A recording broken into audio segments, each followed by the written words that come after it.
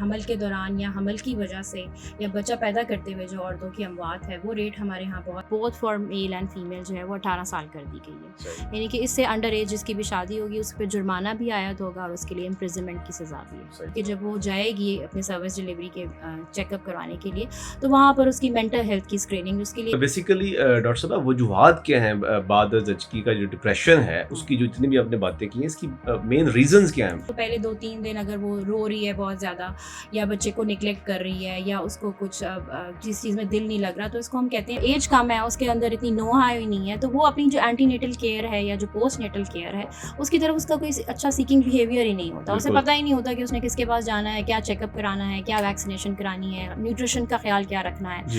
السلام علیکم ناظرین, ہیلتھ اینڈ پاپولیشن ڈپارٹمنٹ سے میں ہوں شاہد نواز. ناظرین, پری میرٹل کاؤنسلنگ کے حوالے سے ہماری پوڈ کاسٹ کی ایک سیریز چل رہی ہے جس میں ہم شادی کے متعلق تمام امور پر بات کرتے ہیں, اور آج ہم بات کریں گے کم عمری کی شادی اور اس کے اثرات پر.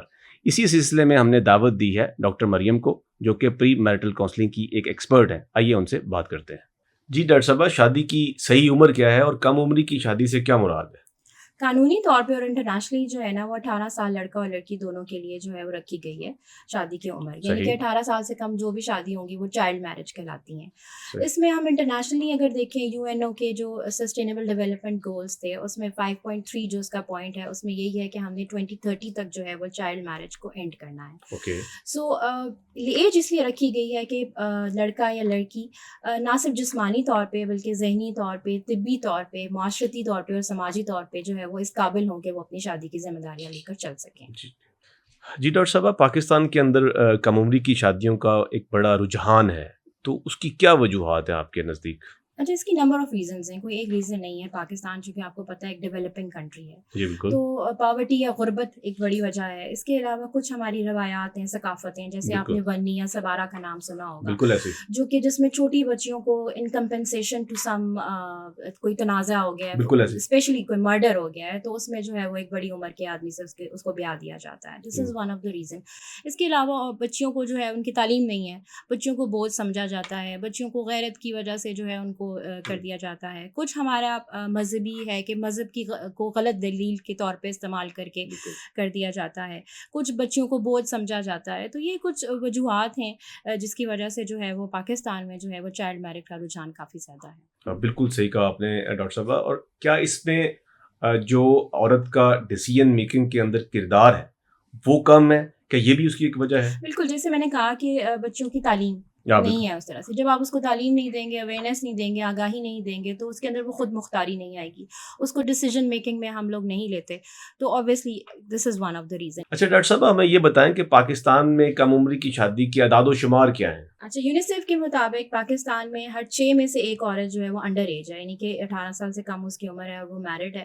اور یہ اگر ٹوٹل لوڈ دیکھیں تو 20 ملین خواتین ایسی موجود ہیں. 20 ملین تو میڈم بہت بڑی تعداد ہے. یہ بہت بڑی تعداد ہے, اور اسی وجہ سے جو میٹرنل مورٹیلٹی ہے, یعنی کہ جو حمل کے دوران یا حمل کی وجہ سے یا بچہ پیدا کرتے ہوئے جو عورتوں کی اموات ہے وہ ریٹ ہمارے ہاں بہت زیادہ ہے, اور نومولود بچے کی جو شرح اموات ہے وہ بھی بہت زیادہ ہے. صحیح.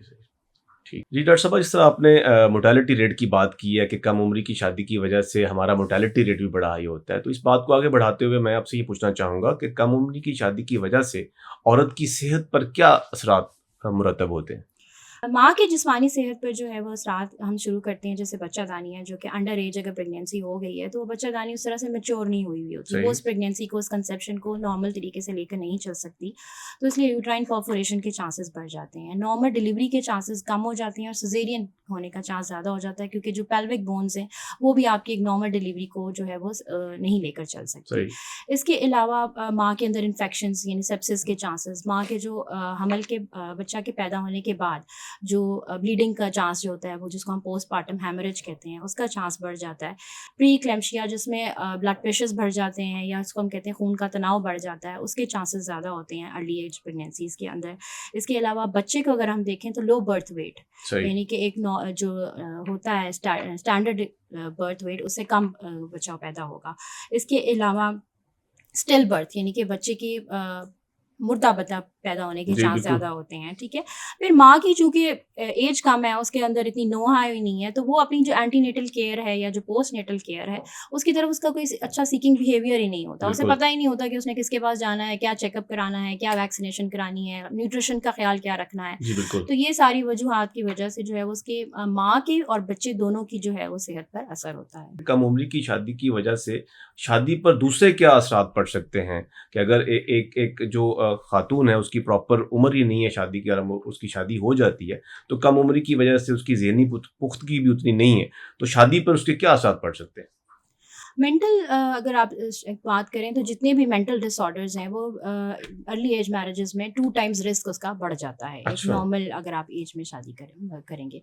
तो उसमें आप अगर आप नॉर्मल एंजाइटी ले रहे हैं, इज़्तिराब जिसको हम कहते हैं, सही। उसका रिस्क ज़्यादा है। पोस्ट ट्रॉमेटिक स्ट्रेस डिसऑर्डर है कि उसको एज शादी को एज अ ट्रॉमा लेगी सही है। और उसके बाद वो किसी एंजाइटी का शिकार हो सकती है। अगर बहुत ज़्यादा ये बढ़ जाए बात तो डिप्रेशन की तरफ भी जा सकती है, ठीक है। और ख़ास कर जो एक पोस्ट पार्टम डिप्रेशन जो हम एक बात जी, करते बिल्कुल। हैं, जो कि हमल के ख़त्म होने के बाद शुरू होता है, वो उसके चांस भी बढ़ जाते हैं और नौ उम्री की शादी में वो चांस जो है वो ज़्यादा होते हैं। सही। डॉक्टर साहब आपने कम उम्री की शादी की वजह से और कम उम्री की जो प्रेगनेंसी है आपने उसके जो उस खातून के ऊपर असरात हैं वो तो हमने डिस्कस किए हैं। तो मेरा आपसे ये क्वेश्चन होगा कि कम उम्री की प्रेगनेंसी की वजह से जो नौमौलूद बच्चा है उस पर क्या असरात हो सकते हैं? हाँ, जैसे थोड़ा-सा हमने डिस्कस किया है कि लो बर्थ वेट, जी, यानी कि बिल्कुल। उसका वज़न वो नहीं होगा स्टैंडर्ड के मुताबिक, या स्टिल बर्थ या रिकरेंट मिसकैरेजेस, क्योंकि उसने ना अपनी एंटीनेटल केयर ली है, हमल बिल्कुल। के दौरान कोई नहीं ली, फैमिली प्लानिंग की तरफ उसने तवज्जो नहीं दी, तो रिकरेंट प्रेगनेंसीज़, रिकरेंट अबॉर्शंस, और बच्चा जो पैदा होगा वो उस तरह से उसकी डेवलपमेंटल डेफिशिएंसीज़ होंगी, न्यूट्रिशनल डेफिशिएंसीज़ होंगी, सही। उसके जो नवमौलूद बच्चे के इन्फेक्शंस में और डायरिया का रिस्क जो होता है वो बढ़ जाता है। और इन्फेंट मोर्टेलिटी में अगर आप देखें, नवमौलूद बच्चा, उसमें अगर माँ की उम्र 18 साल से कम है तो उस वक़्त जो रेट आता है वो 91 डेथ्स है पर 1000 लाइव बर्थ्स। ओके, लेकिन सही। अगर माँ की उम्र ज़्यादा है, यानी कि स्टैंडर्ड उम्र है 20 है या 24 साल है, तो तब वो रेट कम हो जाता है, इट्स ऑलमोस्ट 38 डेथ्स पर 1000 लाइव ओके। बर्ड्स।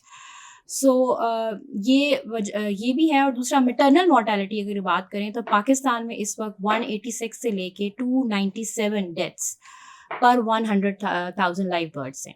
और एक रिसर्च के मुताबिक हर 50 मिनट में एक औरत जो है वो हमल के दौरान या हमल की वजह से या बच्चा पैदा करते हुए जो है उसकी मौत वाक़ई हो रही है। बिल्कुल। और डॉक्टर साहब मैं ये पूछना चाहता हूँ आपने मैटरनल डेथ्स की बात कर रहे हैं तो हमारे नाज़रीन के लिए थोड़ी-सी इसको आसान अल्फाज में समझा दें कि मैटरनल डेथ से बेसिकली मुराद क्या है? मैटरनल डेथ है कि माँ हमल के दौरान या फिर 42 days after child birth, okay, सही। पैदाइश के जिसको हम जचकी के बाद कहते बिल्कुल हैं, ऐसे तो ही। उसमें कोई भी वजह प्रेगनेंसी की वजह से जो है या उसकी कॉम्प्लिकेशन की वजह से जो डेथ्स होती हैं माँ की, उसको हम कहते हैं मैटरनल मोर्टेलिटी। सही। जी डॉक्टर साहब जिस तरह हम बात कर रहे हैं मैटरनल डेथ्स के हवाले से, मोर्टेलिटी रेट के और अर्ली एज प्रेगनेंसी के हवाले से, तो इससे रिलेटेड ही एक होता है बाद अज़-ज़चकी डिप्रेशन। ये एक बड़ी एक कॉमन टर्म है। इससे बेसिकली क्या मुराद है? जी बिल्कुल, बाद की डिप्रेशन या पोस्टपार्टम डिप्रेशन या इसको पोस्टनेटल डिप्रेशन भी हम कहते सही। हैं, ठीक है। और इसको आम जो मिथ और मिसकंसेप्शंस ये हैं हमारे यहाँ के, जी वो कोई जिन उस पे हो गया है या जादू हो गया है, बिल्कुल। बड़ा कॉमनली ये कहा जाता है, लेकिन बेसिकली वो एक डिप्रेशन से गुजर सकती है।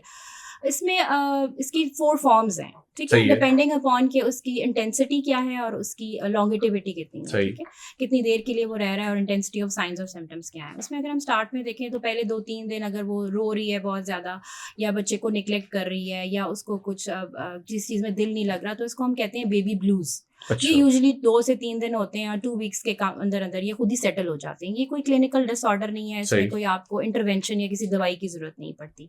लेकिन इसके अगर ये चीज़ें बढ़ जाएँ 2 वीक्स से या 4 वीक्स पे या 6 वीक्स पे चला जाए और जो इसके साइंस और सिम्पटम्स हैं, यानी कि वो सोशली विथड्रॉल कर जाएगी, बच्चे के साथ उसका बॉन्ड नहीं बनेगा, वो रोती रहेगी बैठ के, सोशल विथड्रॉल्स अगर हो जाएंगे तो फिर ये डिप्रेशन की तरफ जाने शुरू हो जाता है। सही। यही और ज़्यादा एग्रेवेट कर जाएगा अगर, तो वो एंजाइटी डिसऑर्डर्स बनने शुरू हो जाते हैं, जिसमें पैनिक अटैक्स भी उसको आएंगे, उसको सैडनेस होगी, फीलिंग ऑफ गिल्ट होगी, स्लीप डिस्टर्बेंसेस होंगी, एपेटाइट की डिस्टर्बेंसेस होगी। और इसी को अगर आप मज़ीद बढ़ा दें तो वो साइकोसिस बन जाता है, जिसमें वो सुसाइडल अटेम्प्ट्स या होमिसाइडल अटेम्प्ट्स या वो डिल्यूजन्स और हेलुसिनेशंस, जिसमें उसको लगेगा कि कोई किसी और से वो बातें कर रही है, जिसको हम फिर समझते हैं कि वो जिन उसको कर रहे हैं. तो बेसिकली ये इसकी 4 फॉर्म्स हैं, डिपेंडिंग अपॉन कि इंटेंसिटी कितनी है और कितनी उसका दौरानिया कितना है. बेसिकली डॉक्टर साहब वजूहात क्या हैं बाद ज़चगी का जो डिप्रेशन है उसकी जो जितनी भी आपने बातें की हैं इसकी मेन रीजंस क्या हैं? रीजन एक तो बायोलॉजिकल रीजंस हैं, हार्मोन का उतार चढ़ाव एक रीजन है, लेकिन other reasons early age marriage. ठीक है, ज़ाहिर है ख़ानदान की सपोर्ट नहीं है, उसको खुद नहीं पता कि ये बच्चे को कैसे लेकर चलना है, हाँ, उसकी बेबी केयर कैसी है, ब्रेस्ट फीड का नहीं पता, उसके पार्टनर की सपोर्ट नहीं है, उसकी फैमिली की सपोर्ट नहीं है, तो obviously that can lead to postpartum depression. और इसका बेसिकली मतलब वो उसकी प्रॉपर प्रेपरेशन आप कह लें कि मेंटली तौर पर इतनी नहीं है, प्रिपेयर्डनेस नहीं है कि वो चीज़ों को हैंडल कर सके, जिसकी वजह से उसने दौरान हमल भी उसने कोई ऐसा केयर नहीं लिया. आपको पता है कि हेल्थ के लिए जो मेंटल हेल्थ है उसके लिए एक प्रॉपर क्वेश्चनेयर होता है. जी बिल्कुल, जो कि एंटीनेटल स्क्रीनिंग जब उसमें हम करते हैं तो वो 10 क्वेश्चंस होते हैं, उसमें देखा जाता है कि इसकी मेंटल हेल्थ कैसी है.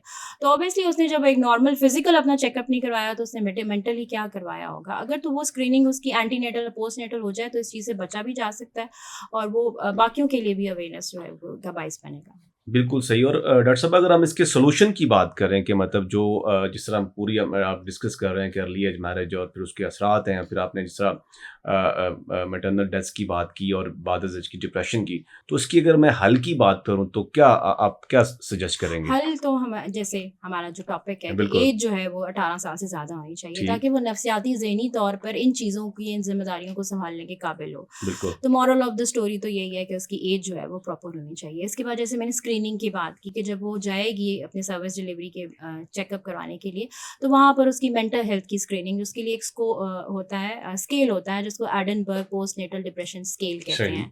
ठीक है, वो आसान सा है और इसके 10 क्वेश्चंस होते हैं. उसको आप वो चेकलिस्ट आप देख लीजिए और बच्चा पैदा होने के बाद भी उसकी इस चीज़ की स्क्रीनिंग की जाए और बाद में उसकी कपल काउंसलिंग, उसके पेरेंट्स की काउंसलिंग, उसको ब्रेस्ट फीड के बारे में, उसको इन चीज़ों की मतलब कम्युनिटी और फैमिली की सपोर्ट हो तो वो इन चीज़ों से बच सकती है. बिल्कुल ऐसे ही. और मैं इसकी मतलब इसको मजीद मैं ऐड करना चाहूँगा कि जो कबल अज़ शादी मुशावरत है, जो प्री मैरिटल काउंसलिंग है, वो कितनी मददगार साबित हो सकती है इन तमाम इशूज़ के अंदर? एग्जैक्टली ये उसका एक पॉइंट है. जब आप प्री मैरिटल काउंसलिंग कर रहे होते हैं तो आप स्टार्ट ही शादी की उम्र से करते हैं और इन केस अगर ऐसा कोई आ गया आपके पास मामला कि इसमें शादी की उम्र कम है और तो फिर हम उसको प्रेगनेंसी कहते हैं कि ना करें. उसको हम healthy timing and spacing in pregnancy के बारे में बताते हैं. तो जितनी काउंसलिंग अच्छी होगी शादी से पहले भी या हमल के दौरान या हमल जब ख़त्म होता है बच्चे की पैदाइश में, तो उतनी इन चीज़ों से जो है वो बचा जा सकता है. बिल्कुल. अगर मतलब शादी से पहले उनको पता है कि मतलब पोस्टपार्टम डिप्रेशन क्या हो सकता है या मतलब क्या पेचीदगियाँ होती हैं और किस तरह उसने अपनी एंटीनेटल केयर करनी है, तो मेरे ख्याल से वो बड़ा बेहतर तरीके से वो सारे काम जो है वो सरअंजाम दे सकेंगे. जी बिल्कुल. डॉक्टर साहब हमने कम उम्री की शादी के जो मेडिकल नुकसानात हैं, जो असरात हो सकते हैं, वो हमने डिस्कस किए हैं. अब मेरा आपसे ये क्वेश्चन होगा कि कम उम्री की शादी की वजह से उस ख़ानदान और हमारी पूरी सोसाइटी पर क्या असर पड़ सकता है? जी बिल्कुल, जैसे आपको पता है कि माँ अगर हेल्दी नहीं होगी तो बच्चा भी हेल्दी नहीं होगा और माँ और बच्चे से ही आपकी एक फैमिली बनती है, ख़ानदान बनता है. तो ऑब्वियसली अल्टीमेटली जो है वो आपका ख़ानदान, आपकी कम्युनिटी, आपके सारा वो उससे मुतासर होगा. इसमें सबसे पहले ये है कि तालीम का हर्ज होगा. माँ अगर पढ़ी लिखी नहीं है, आगे से उसने बच्चे को भी उस तरह से नहीं तालीम और तरबियत की तरफ गौर नहीं करना. मुआशी मसाइल बहुत से आएंगे. माँ पढ़ी लिखी नहीं है, उसको नहीं समझ आएगी कि वो हैंडलिंग कैसे करे या फिर वो अपने पार्टनर की हेल्प नहीं कर सकेगी कि वो कुछ उसको सपोर्ट कर सके इकोनॉमिकली. इसके बाद सेहत के मसाइल तो हमने कर ही लिए हैं कि माँ और बच्चे के दोनों के सेहत के मसाइल होंगे. फिर नफ्सियाती मसाइल भी हमने डिस्कस कर लिए हैं. फिर ये सारा असर आगे आने वाली नस्लों पर होगा. तो नस्लें जब आपकी अफेक्ट होंगी तो ऑब्वियसली आपकी सोसाइटी भी अफेक्ट होगी. तो वो सारी चीज़ें जो हैं ये आपस में कहते हैं कि जुड़े हुए हैं. बिल्कुल ऐसे ही है. कम उम्री की जो शादी है उसको रोकने के लिए हम क्या कर सकते हैं? एक तो ये है कि मैस लेवल पर जो है वो मीडिया कैंपेन्स होने चाहिए. ठीक है, उसके बाद पेरेंट्स और कम्युनिटी में आगाही सेशंस होने चाहिए. इसके साथ वुमेन एम्पावरमेंट पे हमने जो है वो ऑलरेडी काम हो भी रहा है, हम भी कर रहे हैं. और जो हमारा है जिसमें हमने बहुत ज़्यादा अभी तक काम कर लिया वो प्री मैरिटल काउंसलिंग है, जो कि कबल इज़्दिवाज जो है वो मुशावरत के सेशंस करें, जो कि वो कपल के थ्रू भी हो सकते हैं, वो कम्युनिटी में भी हो सकते हैं, वो आपके फैमिली के भी हो सकते हैं, वो ऑनलाइन भी हो सकते हैं. उसमें यह है कि सपोज़ अगर कोई कपल आता है हमारे पास तो हम प्री मैरिटल काउंसलिंग काउंसलिंग में एग्जैक्टली करते क्या हैं। वहाँ पर एज अगर मैं डॉक्टर हूँ तो मैं सिर्फ उसको तिब्बी मशवरा नहीं दूंगी, मैं बिल्कुल। काउंसलर हूँ, मैंने उसको समाजी, माशरती, नफ्सियाती सारी सपोर्ट देकर बिल्कुल भेजना है। ऐसे ही। उसको फैमिली प्लानिंग, उसको हेल्दी टाइमिंग एंड स्पेसिंग, उसको रिप्रोडक्टिव हेल्थ, उसको एडोलेसेंट हेल्थ एंड हाइजीन, उसको इस सारों पे जो है वो हम आगाही देकर भेजते हैं ताकि वो आने वाले अपने मुस्तकबिल के लिए बेहतर फैसला कर सके। जी बिल्कुल। जी डॉक्टर साहबा, हमने कम उम्री की शादी के हवाले से बड़ी डिटेल्ड डिस्कशन की है और उसके मुतल्लिक जितने भी अमूर हैं हमने बड़ी उस पर सैर हासिल गुफ्तगू की है। उस पर कम उम्री की शादी की वजह से उस बच्ची के ऊपर, उसके ख़ानदान के ऊपर, बच्चे के ऊपर क्या नेगेटिव असरात हो सकते हैं, हमने बड़ी ही उस पर डिटेल डिस्कशन की है। और आखिर में हमने उसके सोल्यूशन पर भी बात की है कि हमें कम्युनिटी अवेयरनेस की ज़रूरत है, लेजिस्लेशन की ज़रूरत है, हमें पेरेंट्स की काउंसलिंग की ज़रूरत है। तो आखिर में मैं चाहूँगा कि आप अपना एक मैसेज जो है नाज़रीन को वो बताएं कि क्या कहेंगे आप इसके ऊपर कम उम्री की शादी के हवाले से? बिल्कुल, मैं ये कहना ये चाहूँगी कि चाइल्ड मैरिज जो है ना वो एक बेसिक ह्यूमन राइट के खिलाफ है, सही। ठीक है, और इसको रोकना जो है कोई एक लीगल जिम्मेदारी नहीं है, ये एक मॉरल एक्ट है हमारा। बिल्कुल। तो इसके लिए हमें हमें आपको, कम्युनिटी को, गवर्नमेंट को, सबको मिलके काम करना है। जी डॉक्टर साहबा, बहुत शुक्रिया। नाज़रीन, आएँ सब मिलकर कम उम्री की शादी को रोकने में अपना किरदार अदा करें। इंशाअल्लाह ताला अगले पॉडकास्ट के साथ फिर हाज़िर होंगे, तब तक के लिए अल्लाह हाफ़िज़।